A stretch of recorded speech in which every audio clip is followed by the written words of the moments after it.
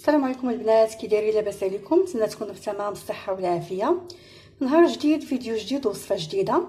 الوصفه اليوم او الفيديو اليوم فيه جوج اقتراحات دي شوصون مالحين وحلوين بمكونات جد بسيطه وفي متناول الجميع، وربما تكون متواجده في كل بيت. ما نطولش عليكم، نخليكم تعرفوا المقادير، طريقه التحضير وفرجه ممتعه.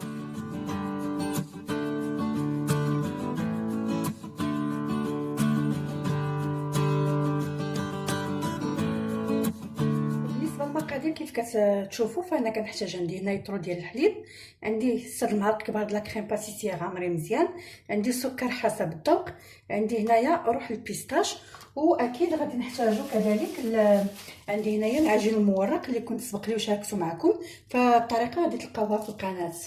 ندوز دابا لطريقه التحضير. طريقه جد سهله، ماشي شي حاجه اللي معقده. فغناخذ كاسرونه غندير فيها الحليب، يعني غادي ندير تقريبا كلشي دقه واحده من غير روح البيستاش. غندير كيف قلت يطرد الحليب، غنزيد عليها السكر. انا عندي هنايا الكبار درت تقريبا 5 د الحبات.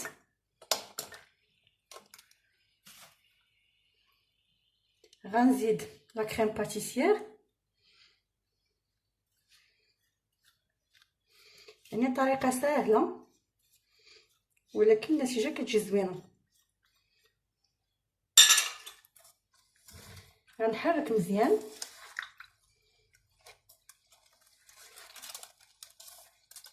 حتى تذوب ليا ديك السكر وتذوب ليا لا كريم. ونسيت ما قلت لكمش، غادي ملي غادي تعقد ليا هنا غادي ندير هذا الخليط على البوطه عافيه متوسطه حتى المهيله، حتى غيعقد مزيان. يعني هنا غنحتاجو يكون عاقد بزاف على لا كريم باتيسير اللي عاده كنحضروا. فديك الساعه غادي نزيد واحد المعلقه ديال الزبده وغادي ندوبها معاها، عاد نكملوا ديك الساعه التحضير مع بعضياتنا.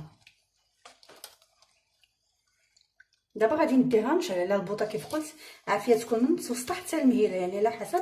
ديروها في الاول متوسطه، غير تشوفوا الحليب بدا كيسخن صافي مهلوا البوطه وخلطوه على خاطركم، ما توقفوش من التحرك حتى تعقد مزيان مزيان. عاد غادي تزيدوا واحد المعلقه كبيره ديال الزبده، وبمجرد ما دخلنا الزبده في الكريمه نطفيو عليها ونعاد نجيو نكملوا التحضيرات ديالها. الكريمه هي كيف كتشوفوا عقدات مزيان.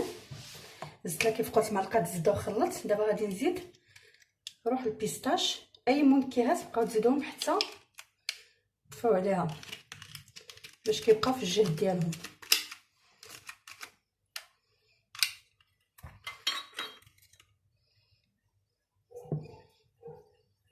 نخلط مزيان وغنخليها حتى تبرد، عاد نعمر بها لي شوصون ديالنا.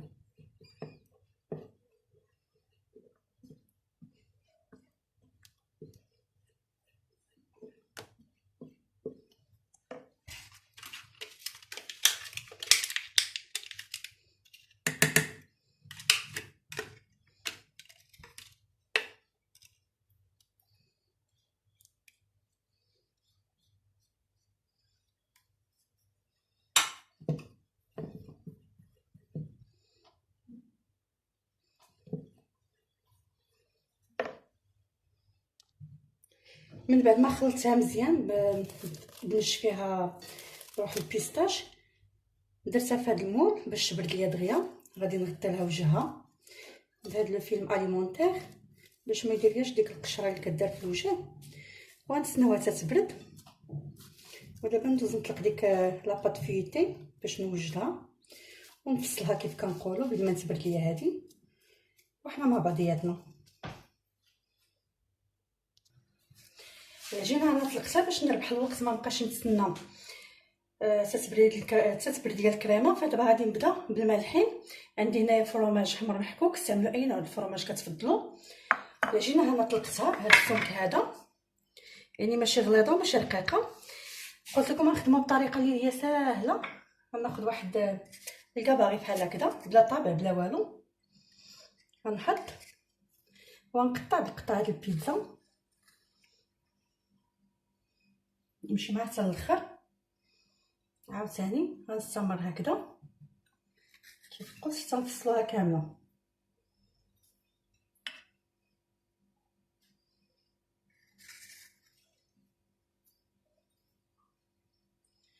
بهذه الطريقه ما كنخرجوش الكسور بزاف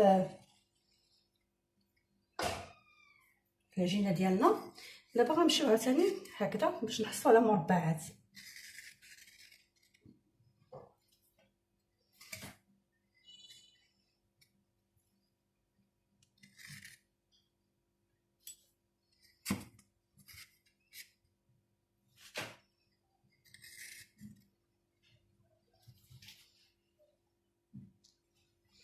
عندي هنا واحد شويه ديال الماء وشي حتى هو باش غادي نلصق، لان ما كنبغيش نلصقها كنبغيش نبرك عليها باش ملي كطيب كتنفخ كامله حتى من الجنيبات. شنو غادي نشد؟ اول حاجه انا هادو غادي نديرهم مستطيلات، يعني غندهن هكذا، نمشي معاهم بالماء ما نكثروش. من اي بلاصه قطعنا غندوزو معاها بشويه ديال الماء هكذا، ما نكثروش الماء باش عاوتاني تلصق. الا كثرنا ما كيبغيش يلصق. وغنشد كل مربع غندير فيه شويه ديال الفرماج الوسط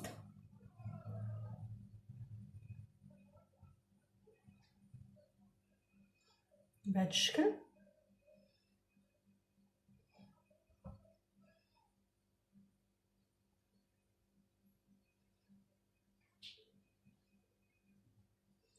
غنستمر هكذا تنكمل المربعات كاملين، ندوزو نشوفو كيفاش غادي نطويوهم.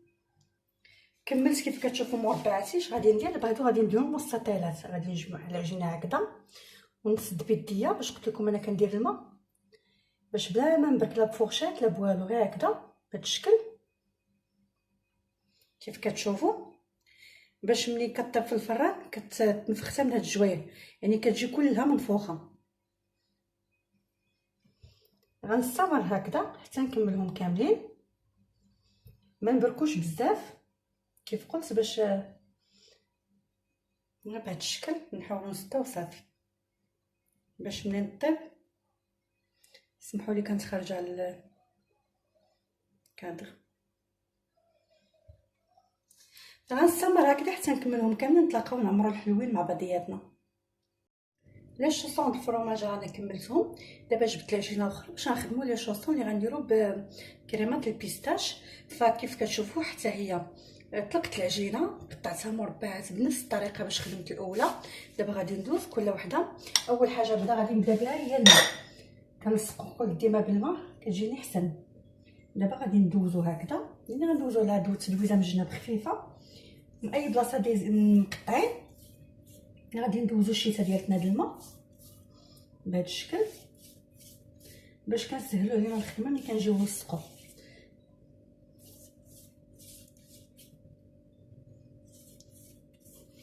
لا كريم خصها تكون عندنا بارده، ما نزربوش عليها باش ما تقطعناش العجينه.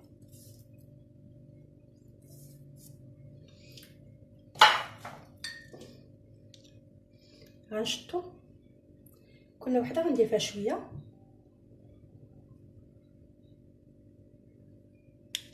الكريمه.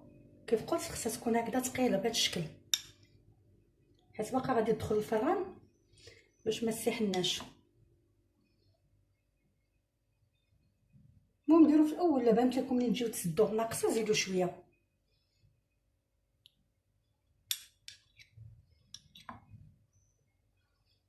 غنستمر بهذه الطريقه حتى نكملهم كاملين وندوزو نشوفوا كيفاش غادي نطويوهم. المربعات اللي عندي كاملين انا عمرتهم. دابا غادي نبدا نسدهم بهذا الشكل. عندكم شكل ديال مثلثات، نحط القنت على القنت ونسد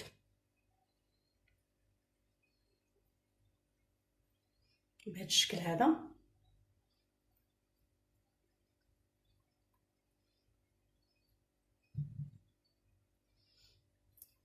نعاود معكم واحده اخرى، نحط القنت على القنت بهذا الشكل هذا ونسد.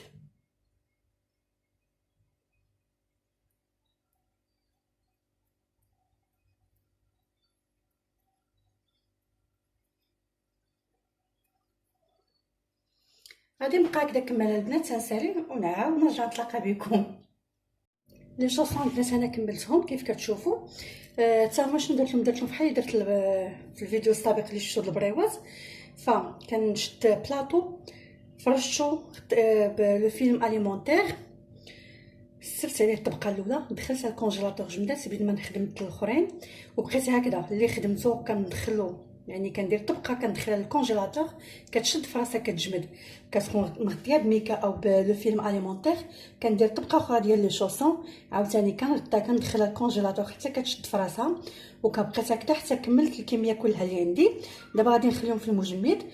اش كندير حتى النهار اللي كنبغيهم كنجبد الكميه اللي بغيت، كنخليها كترخف شي شويش، كندهنها بالصفر د البيض. بالنسبه للمالحين كندهنهم بالصفر د البيض، كنزيد عليه شويش ديال صلصه الصوجا اولا الخل، وبالنسبه وكنرشهم هكذا بزنجلان او بالبافو او اللي بغيتو يعني اي حاجه. بالنسبه للحلوين كندهنهم بالصفر د البيض، كنزيد عليه شويش ديال المزهر او شويش ديال الحليب، هكذا كتحيد الزفره ديال البيض وفي نفس الوقت كيجيو منسمين. وحتى هما كنرشهم يا بالزنجلان يا باللوز كونكاسي او اللوز ايفيلي، يعني باش ما بغيتو، هما باللوز كيجيو زوينين. كنتمنى الفيديو اليوم او الوصفه اليوم تنال الاعجاب ديالكم، وتجربوها وتخليو لي رايكم في صندوق التعاليق. جات الوقيته كيف العاده باش نقول لكم ما سخيتش بكم، خليتكم في امان الله، مع السلامه.